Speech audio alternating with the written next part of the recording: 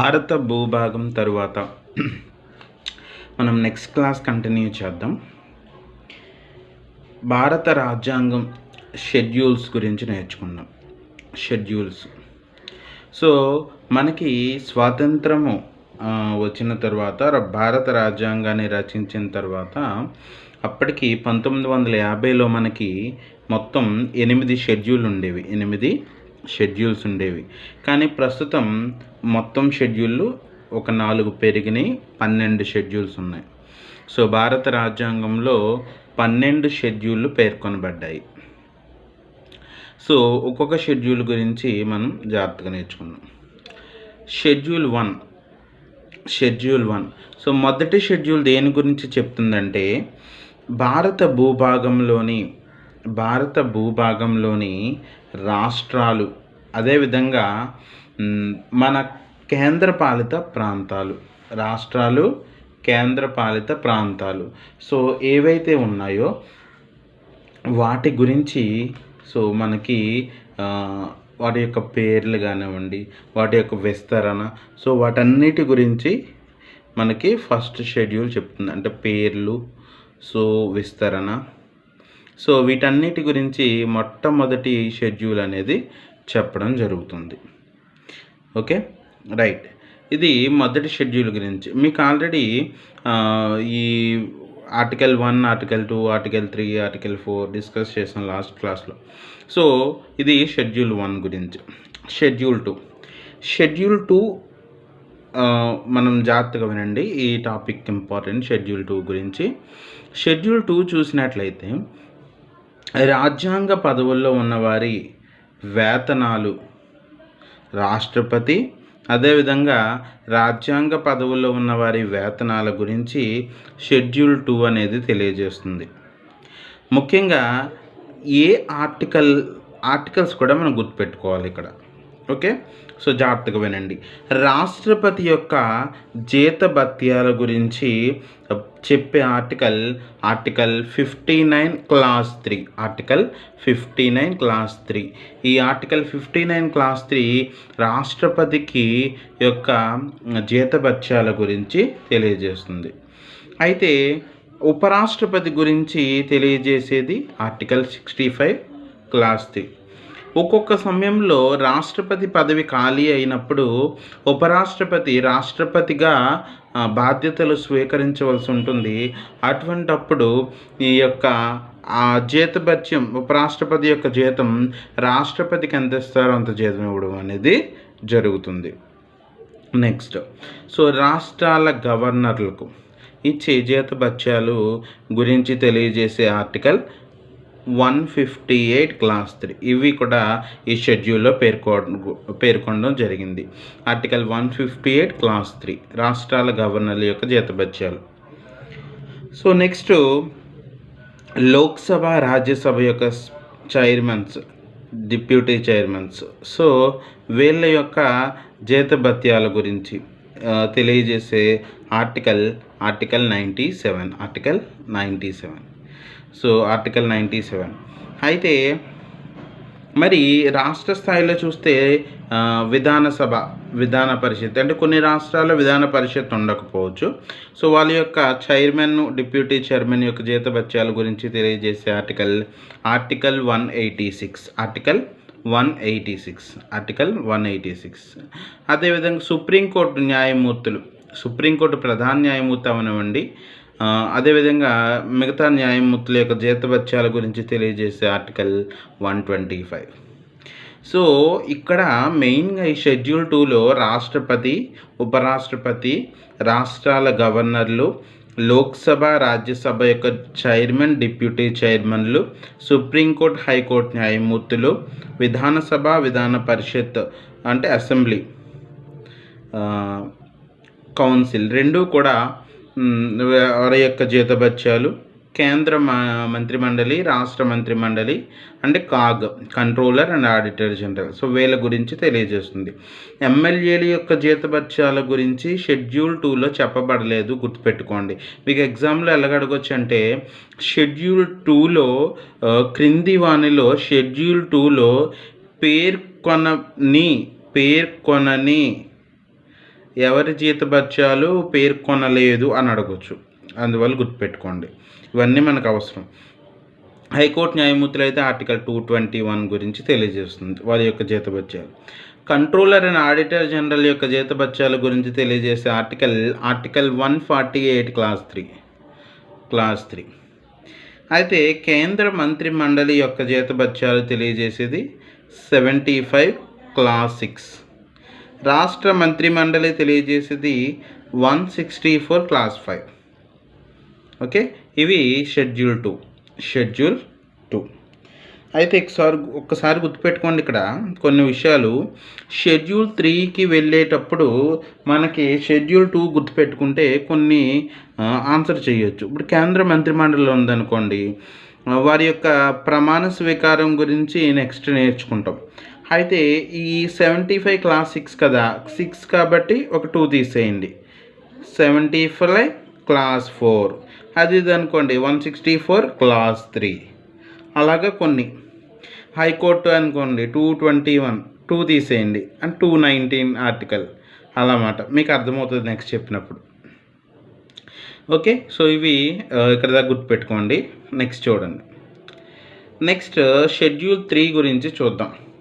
Schedule 3 దేని గురించి చెప్పబడుతుంది అంటే, షెడ్యూల్ 3 అన్నది ప్రమాణ స్వీకారం గురించి చెప్పబడుతుంది.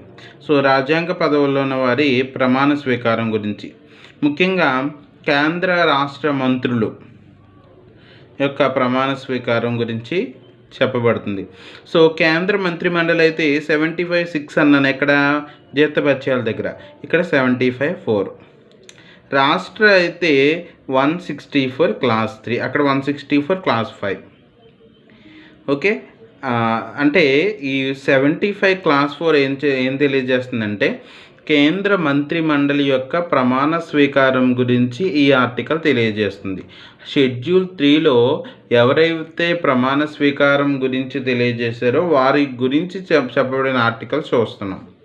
అదేవిధంగా కేంద్ర మంత్రి మండలి చూసినట్లయితే, కేంద్ర మంత్రి మండలి అయితే 75 క్లాస్ 4, రాష్ట్ర మంత్రి మండలి 164 క్లాస్ 3. అదేవిధంగా రాష్ట్ర శాసనసభ్యులుగా ఎన్నికైన వారి ప్రమాణ స్వీకారం గురించి కూడా చెప్పబడుతుంది. ఇక్కడ రాష్ట్ర స్థాయిలో అయితే 188 ఆర్టికల్ చెప్తుంది. కేంద్ర స్థాయిలో పార్లమెంట్ సభ్యుల యొక్క ప్రమాణ స్వీకారం గురించి చెప్పబడిన ఆర్టికల్ 99, 188 ఈజీగా గుర్తుంచుకోవచ్చు ఇవి. Okay, right.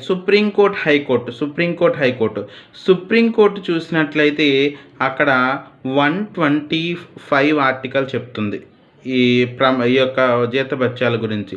కానీ ఇక్కడ 124 ఆర్టికల్ క్లాస్ 6 అనేది ఈ సుప్రీంకోర్టు ప్రధాన, అదేవిధంగా మిగతా న్యాయమూర్తుల యొక్క ప్రమాణ స్వీకారం గురించి తెలియజేస్తుంది.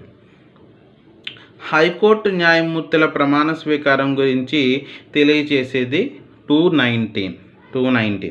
అక్కడ 221 దేని గురించి తెలియజేస్తుంది, జీతభత్యాల గురించి తెలియజేస్తుంది.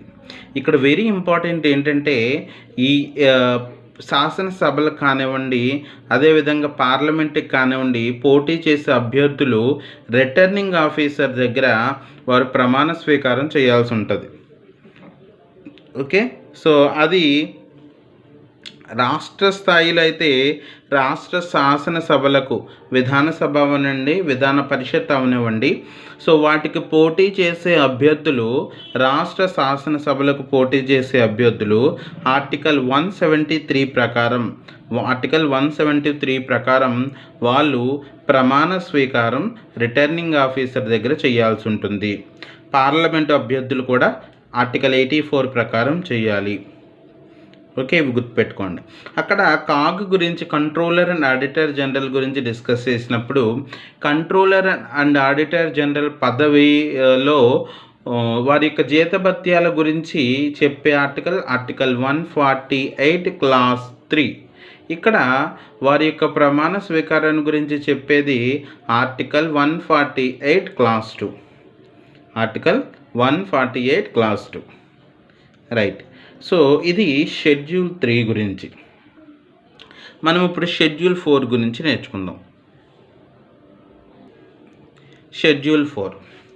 షెడ్యూల్ 4 అన్నది లో ఏం చెప్పబడ్డాయంటే రాజ్యసభలో వివిధ రాష్ట్రాలకు అదేవిధంగా కేంద్ర పాలిత ప్రాంతాలకు సో వారికి ప్రాతినిధ్యం కల్పించిన సీట్ల గురించి ఈ యొక్క విషయం అనేది చెప్పబడింది. ముఖ్యంగా ఇక్కడ 2 ఆర్టికల్ మనం గుర్తుపెట్టుకోవాలి. ఆర్టికల్ 4 ఒకటి, article 80 class 2. Article 80 class 2. Article 4 మనం ఆల్రెడీ చూసాం. ఏంటి, ఎప్పుడైనా సరే ఆర్టికల్ 2 అండ్ 3 ఆర్టికల్ 2 అండ్ 3 ప్రకారం ఏమైనా మనం చేంజెస్ చేసినప్పుడు ఆర్టికల్ 4 బట్టి ఆర్టికల్ 4 అనేది ఆర్టికల్ 4 మనకి ఏం చెప్తుంది, మనము ఆర్టికల్ 4 గురించి మనము లాస్ట్ క్లాస్లో నేర్చుకున్నాం. రాష్ట్రాల పునర్వ్యవస్థీకరణ తరువాత సంభవించే పరిణామాల గురించి ఆర్టికల్ 4 చెప్తుంది. ఇప్పుడు ఆర్టికల్ 2 అండ్ 3 ప్రకారం 1-4 షెడ్యూల్ సవరణ చేయాలి.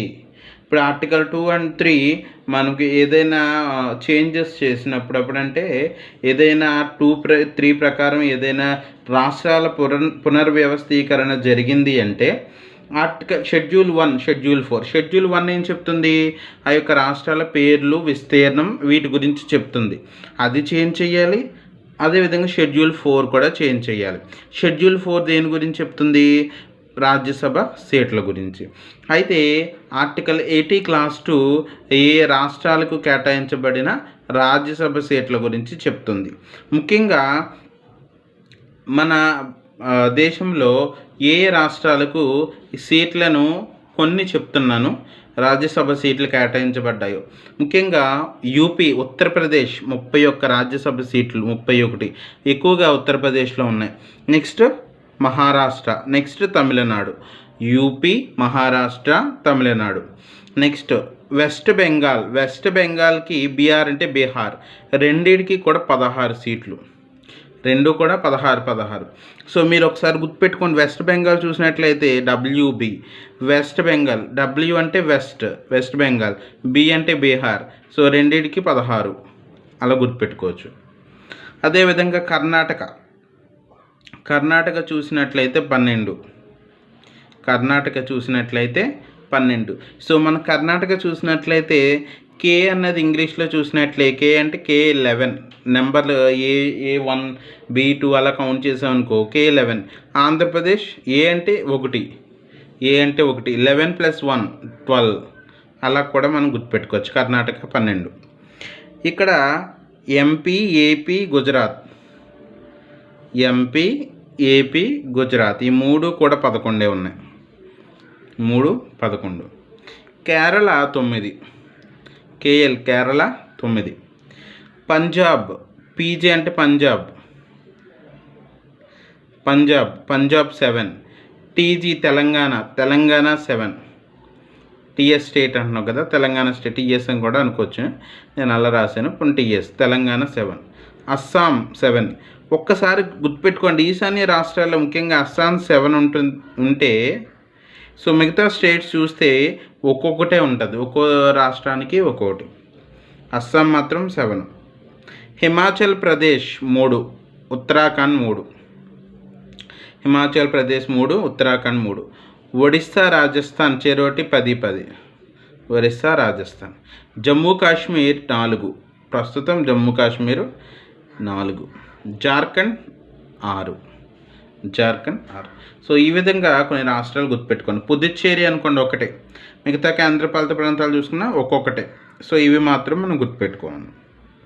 ఓకే, ఇవి షెడ్యూల్ 4 ప్రకారం. గోవా కూడా 1, మిగిలిన ఈశాన్య రాష్ట్రాలన్నిటికీ కూడా ఒక్కొక్కటి. సో ఇది సీట్ల కేటాయింపు.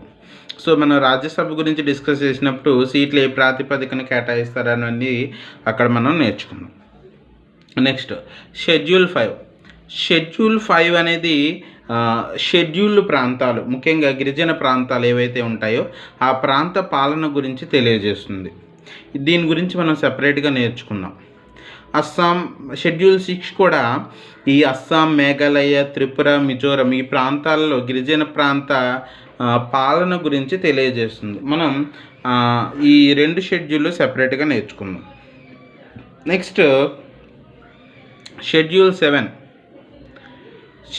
7 దేని గురించి తెలియజేస్తుందంటే కేంద్ర రాష్ట్రాల మధ్య అధికార విభజన గురించి తెలియజేస్తుంది. అధికార విభజన సో అంటే కేంద్ర జాబితా, ఉన్నత జాబితా, ఉమ్మడి జాబితా, రాష్ట్ర జాబితా ఇలా అన్నమాట.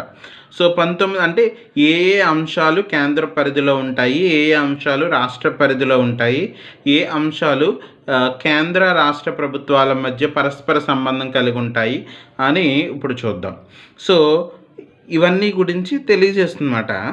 కేంద్రం అయితే కేంద్ర పరిధిలో 1950 రాజ్యాంగం అమల్లోకి వచ్చేసేటప్పటికి 97 అంశాలు ఉన్నాయి.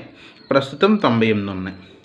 అయితే రాష్ట్ర స్థాయిలో రాష్ట్రంలో చూస్తే 66 59 అంశాలు ప్రస్తుతం ఉన్నాయి. అప్పుడు 66 అంశాలు జాబితాలో ఉన్నాయి, ఇప్పుడే 59 అంశాలు. అంటే తగ్గాయి అంటే గమనించండి, కేంద్రం ఆధిక్యంలోకి ఒక అంశం వెళ్ళిపోయింది, మిగతా కొన్ని కేంద్ర పరిధిలోకి వెళ్లకుండా ఉమ్మడి జాబితాలోకి తీసుకొచ్చారన్నమాట.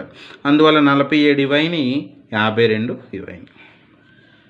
ఈ విధంగా కేంద్ర రాష్ట్రాల మధ్య అధికార విభజన గురించి ఈ యొక్క షెడ్యూల్ 7 తెలియజేస్తుంది. నెక్స్ట్ షెడ్యూల్ 7 తర్వాత మనం ఇప్పుడు షెడ్యూల్ 8 గురించి నేర్చుకుందాం. షెడ్యూల్ 8 ముఖ్యంగా భాషల గురించి తెలియజేస్తుంది. అయితే 1950లో మన రాజ్యాంగం అమల్లోకి వచ్చేసేటప్పటికి మొత్తం మనకున్న భాషలు ఏంటంటే 14 భాషలు ఉన్నాయి. ఏంటంటే అవి తెలుగు, తమిళం, అదేవిధంగా కన్నడం, ఒరియా, మరాఠీ, గుజరాతీ, హిందీ, ఉర్దూ, సాంస్క్రిట్, అస్సామీ, కాశ్మీరీ, పంజాబీ, మలయాళం, బెంగాల్. మనం చూసినట్లయితే ఈ లాంగ్వేజెస్ 14 ఎలా గుర్తుపెట్టుకోవచ్చు అంటే, ఇప్పుడు మనం నైబర్ స్టేట్స్ తీసుకున్నాం అనుకోండి ఏపీకి. సో నైబర్ స్టేట్స్ అంటే తమిళనాడు, తెలుగు గుర్తుంటుంది, తమిళనాడు. అదేవిధంగా కర్ణాటక అంటే కన్నడం, ఒరిస్సా, నెక్స్ట్ మహారాష్ట్ర. సో ఇలా కొన్ని గుర్తుపెట్టుకోవచ్చు. సో నెక్స్ట్ పై బార్డర్లో కాశ్మీరు. ఇక్కడ మనకి వెస్ట్ సైడ్ చూసినట్లయితే గుజరాతీ. సో 3 లాంగ్వేజెస్ ఒకలాగా ఉంటాయి, హిందీ, ఉర్దూ, సంస్కృత్. సో ఈ 3. నెక్స్ట్ ఏంటి పంజాబీ. ఇవి పంజాబీ, బెంగాల్, అస్సాం బెంగాల్. సో మలయాళం, కేరళ. సో అలాగా ఈ లాంగ్వేజెస్ అన్నీ గుర్తుపెట్టుకుంటే సరిపోతుంది. అయితే ఒరియా భాషను 2001 సంవత్సరంలో 96వ రాజ్యాంగ సవరణ ద్వారా ఒడియాగా మార్చడం జరిగింది. ఒడియాగా మార్చడం జరిగింది. ఒడియా అంటాం. మనకి 1950 వరకు ఉన్న భాషలు అవి, కానీ ప్రస్తుతం 14 భాషలు కాస్త 22 భాషలు అవడం జరిగింది. అందులో 1950 తర్వాత అంటే 1967 సంవత్సరంలో ఒక భాషను తీసుకొచ్చారు, అదే సింధీ భాష. దీన్ని 21వ రాజ్యాంగ సవరణ ద్వారా మన భారత రాజ్యాంగంలో 1967లో చేర్చడం జరిగింది. అదేవిధంగా Konkani, Manipuri, Nepali.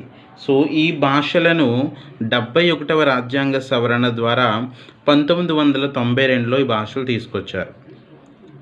Okay right. Next అదేవిధంగా ఇక్కడ చూసినట్లయితే కొంకణి కే, మణిపూరి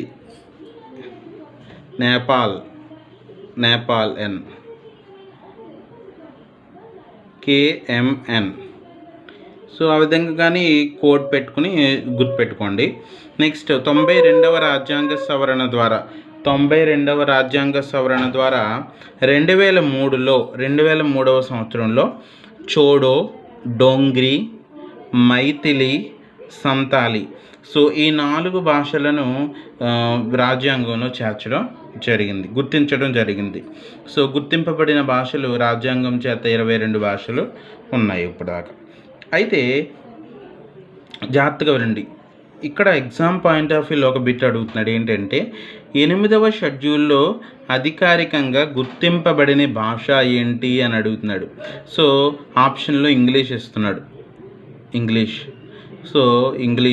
సో ఇంగ్లీషు గుర్తించలేదు. సో దీన్ని గుర్తించలేదు.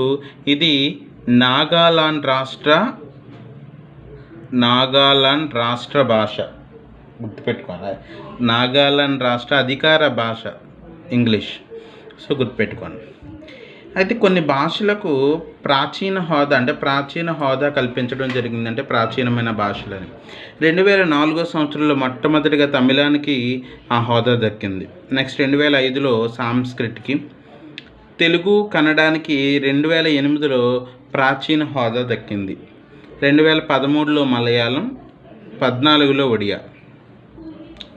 ఒక విషయం గమనించండి, ఒడియాలో 2 పాయింట్స్ గుర్తుపెట్టుకోవాలి ఇక్కడ. 96వ రాజ్యాంగ సవరణ ద్వారా ఒడియాగా మార్చారు.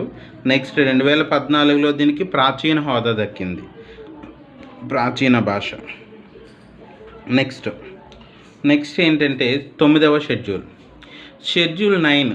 ముఖ్యంగా షెడ్యూల్ 9 గురించి మనము కొన్ని కేసెస్లో కూడా నేర్చుకుంటాం. 1951 సంవత్సరంలో 1వ రాజ్యాంగ సవరణ ద్వారా ఈ షెడ్యూల్ 9 భూ సంస్కరణలు తీసుకురావడం జరిగింది. భూ సంస్కరణలో భాగంగా 1951లో 1వ రాజ్యాంగ సవరణ ద్వారా షెడ్యూల్ 9 తీసుకొచ్చారు. ఈ భూ సంస్కరణ చట్టాలు అప్పట్లో 13 చట్టాలు ఉండేవి, ప్రస్తుతం 284 చట్టాలు ఉన్నాయి. షెడ్యూల్ 10. ఈ షెడ్యూల్ 9 గురించి మనము ఆ చట్టాలను గురించి డిస్కస్ చేసినప్పుడు క్లారిటీగా నేర్చుకున్నాం. షెడ్యూల్ 10 చూసినట్లయితే షెడ్యూల్ 10 వెరీ ఇంపార్టెంట్. ఇది పార్టీ ఫిరాయింపుల నిరోధక చట్టం. 52వ రాజ్యాంగ సవరణ ద్వారా 1985 సంవత్సరంలో ఈ పార్టీ ఫిరాయింపుల నిరోధక చట్టాన్ని తీసుకొచ్చాడు. మెయిన్ అవకాశవాద రాజకీయాలంటే ఒక పార్టీలో గెలిచి వేరే పార్టీలోకి జంప్ అయిపోయే వాళ్ళ గురించి మెయిన్ ఈ చట్టాన్ని తీసుకురావడం జరిగింది. ఇది నెక్స్ట్ షెడ్యూల్ 11, షెడ్యూల్ 12. ఈ 11, 12 షెడ్యూల్ చూసినట్లయితే 11వ షెడ్యూల్ గ్రామ పంచాయతీల గురించి తెలియజేస్తుంది. అదేవిధంగా 12వ షెడ్యూల్ మున్సిపాలిటీల గురించి తెలియజేస్తుంది. ఇది 73వ రాజ్యాంగ సవరణ ద్వారా 1992లో ఈ షెడ్యూల్ 11 తీసుకొచ్చారు. అదే సంవత్సరంలో 74వ రాజ్యాంగ సవరణ ద్వారా మున్సిపాలిటీలు గురించి ఏర్పడ్డం, అంటే మున్సిపాలిటీలు, గ్రామ పంచాయతీలు, మున్సిపాలిటీలు. సో ఈ వ్యవస్థ అన్నది బలోపేతం చేయడానికి ఈ యొక్క రాజ్యాంగ సవరణ ద్వారా చేశారు. సో దీనికి 29 విధులను నిర్వహించే విధులు 29, ఇందులో 18 విధులు పెట్టారు. అయితే మెయిన్ ఏంటి, ఏ రాజ్యాంగ సవరణ ద్వారా తీసుకొచ్చారు. సో ఈ రెండింటి గురించి కూడా మనము క్లారిటీగా 2 టాపిక్స్ ఉంటాయి, అప్పుడు నేర్చుకుందాం. Schedule 11, schedule 12. సో ఇవి మొత్తం 12 షెడ్యూల్స్. Okay, right. నెక్స్ట్ క్లాస్లో భారత రాజ్యాంగ లక్షణాల గురించి తెలుసుకుందాం. Thank you.